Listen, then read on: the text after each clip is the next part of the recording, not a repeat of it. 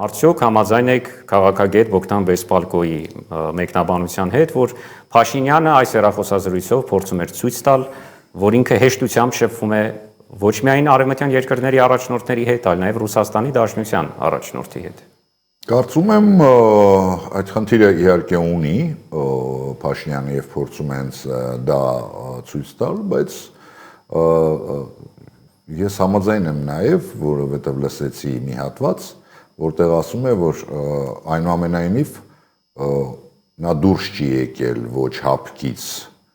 ոչ Եվրասիական միությունից, սակայն հայտարարում է եւ անգամ արդեն պարլամենտով է անցկացրել, որ Եվրամիություն է պատրաստվում մտնել, ինչպես դա ոչ մեկին չի բացատրում, ես կարծում եմ դա հերթական մանիպուլյացիա է։ Արդյոք այս հեռախոսազանգը եւս կարելի է համարել հերթական մանիպուլյացիան ցույց տալու համար ռուսական կողմին, որ ես դուրս չեմ եկել, ես դեռ պահպանում եմ այդ հարաբերությունները։ Ես ճիշտն ասած չգիտեմ մանրամասները, բայց կարծում եմ, որ տիրապետելով շատ տեխնոլոգիաների, այդ թվում մանիպուլյատիվ, նախընտրական եւ այլն, Նիկոլ Փաշինյանի այս նյարդային վիճակը ըստ իս գալիս է նաև նրանից, որ նա չգիտի ինչ է անելու ռուսական կողմը ընդհանրապես։ Հիմնական վախերը, եւ դա արտահայտվում է տարբեր, ճիշտ է, չի ասվում, այսպես բաց չի ասվում Ռուսաստանի անունը, բայց հիբրիդային պատերազմ եւ այլն նման ինչ որ այլ երկրների Միրզոյանը բացայտ ասեց։ Միրզոյանը ասեց։ Այս ամենից նաեւ սա խոսում է նրանից, որ իրոք բավականին լարված է, Փաշինյանը այն փաստից, որ ինքը իրոք չի հասկանում, իր համար միակ անհասկանալին այս ընթացքում դա Ռուսաստանի դիրքորոշումն է։ Ես չեմ բացառում, որ փորձում է այս հեռախոսազանգով փորձում է հասկանալ։ Իսկ ինչ է փորձում հասկացնել Փաշինյանը, երբ որ 97 թվականի Լևոն Տեր-Պետրոսյանի հայտնի թեզը դրվեց կրկին շրջանառության մեջ, պատերազմ թե խաղաղություն։ Փաշինյանը բառացի հայտարարում է աշնանը սեպտեմբեր ամսին, ավելի կոնկրետ սեպտեմբերին պատերազմ տեղի կունենա, եթե ընդդիմությունը դառնա իշխանություն։ Սա սադրանք է ընդդիմության նկատմամբ, սա սադրանք է հասարակության նկատմամբ։ Տեսեք, ես համաձայն չեմ, որ սա Լևոն Տեր-Պետրոսյանի թեզն է, որովհետև Լևոն Տեր-Պետրոսյանը այն ժամանակ իրոք այդ հոդվածը գրեց եւ հենց դրա շուրջ էլ եղավ հայտնի զարգացումները քաղաքական, բայց այն ժամանակ լրիվ այլ իրավիճակ էր, եւ հարց էր դրվում պատերազմ թե խաղաղություն։ Հիմա այդ հարցը չի դրվում, հիմա ուղղակի շանտաժ է արվում։ Ոնց որ արվեց շանտաժ 18 թվականին կամ ես կլինեմ վարչապետ կամ Հայաստանը վարչապետ չի։ Ամենայն դեպս 97-ին էլ ելքը նույնն էր։ Իդեպ այս հայտարարությունը, եթե ես չեմ շփոթվում, թող սա իհարկե իրավաբանների գործն է, բայց սա օրենքի խախտում է այնինչ ինքը ասում է։ Որովհետև նույնիսկ եթե օրենքի խախտում չէ, ապա կարելի է ասել, որ եթե Նիկոլ Փաշինյանը չընտրվի, օրինակ հունիսի 7-ին կգա աշխարհի վերջը, կամ օրինակ հոկտեմբեր ամսին երկնաքար կընկնի Հայաստանի վրա, կամ օրինակ, չգիտեմ ինչ կլինի, նույն հաջողությամբ։ Դուք ասացիք, որ 97-ը հետ աղերս չունի, բայց համենայն դեպս այնտեղ էլ երկու ելք կար, որից մեկը պատերազմն էր։ Տեսեք, չէ, երկու ելք չէր, այնտեղ կարող էին այն ժամանակ ընդհանրապես ներկայացվող ելքերը նկատի ունեմ, այլ ոչ թե ես ինքս եմ մեկնաբանում դա, այլ ասում եմ այնինչ որ հայտարարվում էր իշխանության կողմից, առաջին նախագահի կողմից, այն էր որ կա պատերազմ եւ կա խաղաղություն։ Հիմա ինչով է տարբերվում 97 թվականի հնչեցված թեզը, որը գիտենք ինչով ավարտվեց, հոդվածի տեսքով տարբերությունը նա է, որ այն ժամանակ Հայաստանը հաղթող կողմ էր, թելադրող կողմ էր, շատ մեծ է տարբերությունը, համաձայն չեք։ Անշուշտ։ Հիմա Արդյոք բայց եթե պարտվողեն դարդարացում է Փաշինյանին։ Եվ ամենակարևորը Լևոն Տեր-Պետրոսյանի համար դա նախընտրական թեզ չէր։ Ավելին ասեմ, դա հետընտրական էր։ Սա օգտագործվում է զուտ որպես նախընտրական շանտաժ։ Եվ այդ շանտաժը տեղ հասնելու է ձեզ։ Ես չեմ կարող ասել, չեմ բացառում, որ ինչ որ հասարակության ինչ որ հատվածի վրա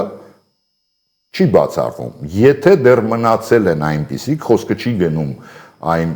միջուկային էլեկտորատի մասին, հա, Փաշինյանի, որը անկախ ամեն ինչից հավատում է, հա, բանի նման կույր հավատի մեջ է։ Մնացած բոլորը պետք է որ հասկանան, որ նախ ինչու պետք է լինի պատերազմ, եթե Ադրբեջանը փաստացի ստացել է այն, ինչ ուզում էր։ Այսինքն Ադրբեջանը հիմա եթե սկսի պատերազմ, սկսելու է այն ժամանակ ուներ պատրվակ նույն միջազգային բոլոր խաղացողների մոտ ասելու, որ դա, հա, ես իմ տարածքի համար եմ պատերազմ անում։ Հիմա նման հարց դրված չէ, ավելին արդեն իրենք մտել են Հայաստանի ինքնիշխան տարածք, ինչ որ մի հատ մասով։ Այո։ Այսինքն ինչ պետք է Ադրբեջանը սկսի պատերազմ ինքնիշխան Հայաստանի սուվերեն տարածքները վերցնելու համար։ Ինչու պետք է, ասում է սեպտեմբերին, ինչու պետք է լինի։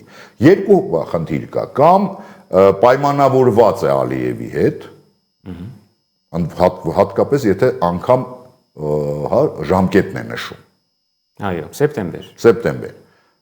Կամ ինքը լրիվ ձեռք է տալիս, այսինքն ինքը խաղաղում է Ադրբեջանի հետ, որովհետև միայն Ադրբեջանին է, հա, այդ դեպքում Ադրբեջանը կսկսի պատերազմ այն դեպքում, եթե չլինի Նիկոլ Փաշինյանը, որովհետև մնացած ոչ ոք ձեռք չեն տալի, բացի Նիկոլ Փաշինյանից Ադրբեջանի իշխանությունների։ Պարոն Քոչարյան, մենք կարող ենք այսպիսի եզրահանգման գալ, որ Ադրբեջանի հետ նախաստորագրված հետագայում, մոտ ապագայում սպասվելիք խաղաղության պայմանագրի ուժը, որպես դիվանագիտական փաստաթուղթ, այնքան զորեղ եւ ամուր չի լինելու, որ Փաշինյանը վստահ չէ, որ այդ փաստաթուղթը կարող է զսպել Ադրբեջանին եւ մեր փաստորեն ընդդիմության այսպես թեթև ձեռքով հնարավոր է պատերազմ սկսվի։ Հա, տեսեք, այսօրվա աշխարհում ամեն ինչն է, հա, այն ինչ որ թղթի վրա է եւ չունի գետնի վրա երաշխիքներ, հասկանալի է, որ դա թղթի վրա է եւ դա ընդհանրապես թղթի կտոր է։ Վաղուց արդեն մոտ 10 տարի աշխարհը այդ վիճակում է եւ դեռ դուրս չի եկել։ Հա, այսպես ասած,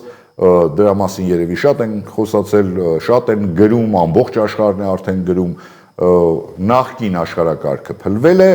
նորը դեռ չի ստեղծվել։ Եվ հիմա կարելի է ասել հայտնի Մաուգլի բառապաշարով, որ ջունգլիների օրենքն է գործում այս ժամանակաշրջանում։ Ինչ վերաբերում է նրան, որ խաղաղության նախաստորագրվել է եւ այլն, այդ խաղաղության պայմանագիրը մեծ հարց է կստորագրվի այն դեպքում, անգամ եթե Նիկոլ Փաշինյանը, որովհետեւ ադրբեջանցիների պահանջը ստորագրելու համար նա չէ, որ Նիկոլ Փաշինյանը ընտրվի թե չէ, այլ Սահմանադրությունը փոխելն է եւ բարձրաձայն մի քանի անգամ ասել են։ Ինչպես տեսնում եք, սահմանադրական նախագիծն է պատրաստ է ԿՊ-ն, բայց որպեսի նա նախ կարողանա դնել հանրաքվեի պետք է ունենա 2/3-ը պարլամենտում եւ երկրորդը պետք է հանրաքվեով ժողովրդի, իսկ հանրաքվեն այնտեղ անգամ համապետական ընտրություններից ավելի բարձր, հա, նշաձող ունի, որովհետև շեմ ունի 50% մասնակցություն առնվազն եւ մասնակցողների 50+1 ձայն։ Իշխող ուժը կարող է այդ ամենը համատեղել հունիսի 7-ին։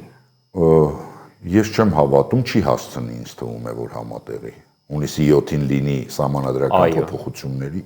եւ հանրաքվեն եւ ես հիմա ոչինչ չեմ բացառում։ Այս հա, այս բեսպրեդելի մեջ, ինչպես ասում են, կամ այս ջունգլիների օրենքների մեջ, բայց ոնց որ թե չեն հասցնում, չգիտեմ։ Իդեպ ամենաթողության մասին։ Մենք ականատես եղանք մետրոյում հայտնի միջադեպին, կարծում եմ մանրամասները արդեն բոլորին է հայտնի, բոլորն են տեղյակ դրանից։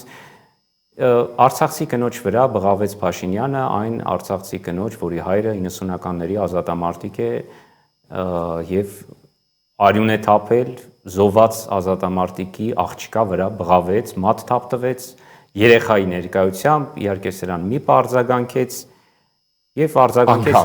անգամ Փաշինյանը արձագանքեց ներողություն խնդրելով վերջի շրջանում համենայն դեպս ես չեմ հիշում որ Փաշինյանը որևէ բանի համար ներողություն խնդրած լիներ բայց մի անգամ էլ ներողություն խնդրել դա շատ ավելի վաղ էր հա որ ասել էին դու այսպիսի բառ ես օգտագործել սկզբից ոնց որ հիմա էլ չէ հրաժարվեց ասեց սկզբից հրաժարվեց ասեց ես նես բան չեմ ասել հետո երբ ցույց տվեցին ասեց ես ներողություն եմ խնդրում նախ Պորտկումը ինչով էր պայմանավորված։ Մենք իհարկե ոչ վերբալ շփման մասնագետ չենք ձեզ հետ միասին, բայց համենայն դեպս ինչն էր պատճառը։ Արդյոք Փաշինյանը չունի գիտակցում, որ նախընտրական շրջանում A. չի կարելի բաժանվել, B. չի կարելի բղավել այն քաղաքացու վրա, որը պատրաստվում է քեզ ձայն տալ կամ անգամ չտալ։ Տեսեք, ընդհանուր առմամբ ես առիթ ունեցել եմ անգամ այստեղ խոսելու այդ մասին, որ Փաշինյանը ինքը այո շատ հեշտ կարողանում է մանիպուլացնել, բայց նաև հեշտ մանիպուլացվում է։ Եվ ես կարծում եմ ինքը չէր պատկերացնում, որ իր դեմ նստած է մի մարդ, որը բավականին լուրջ, հա, եւ կենսագրություն ունի։ Ես հետո եմ դա կարդացել։ Եվ բնականաբար բավականին զուսպ է Եվ եթե չեմ շփոթվում Փաշինյանը օրինակ, հա, հեշտ մանիպուլացվելու այդ բաներից մեկը նա է, որ սա առաջին անգամ չի, երբ նա հունից դուրս է գալի, երբ ասում են դու Արցախը հանձնել ես։ Այս ֆրազայից ինքը միշտ, հա, մանիպուլացվում է եւ հունից դուրս է գալիս։ Կարծում եմ, որ կան ինչ-որ իրավիճակներ, ֆրազներ, բառեր, մարդիկ, որոնց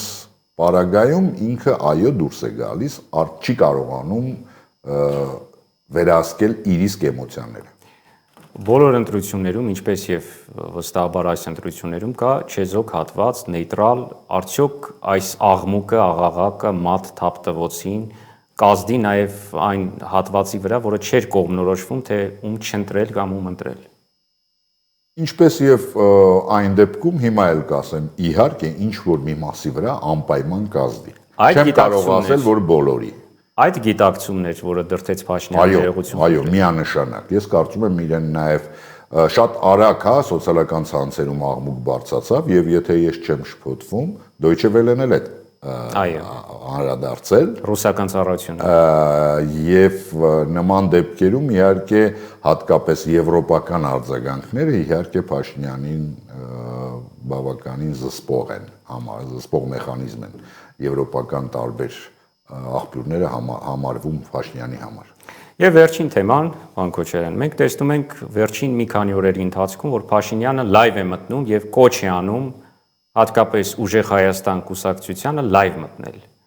Իրավական խութերի մեջ չխորանանք, այդ թեմայի շուրջ եւս քննարկումներ եղել են եւ թեման դեռ չի ավարտվել, այսինքն արդյոք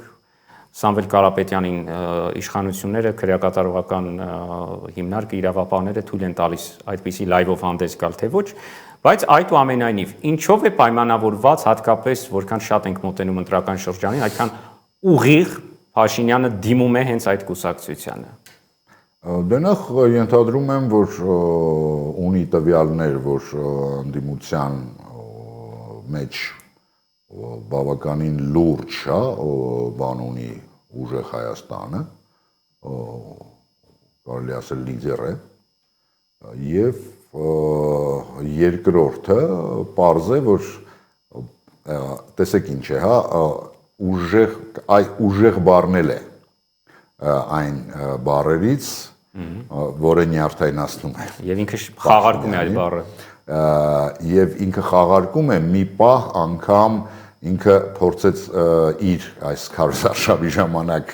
այսպես կոչված կուսակցական այդ բառը ասել, հետո իրեն բռնցրեց այն մտքի վրա, որ ինքը կրկնում է իր հակառակորդ կուսակցության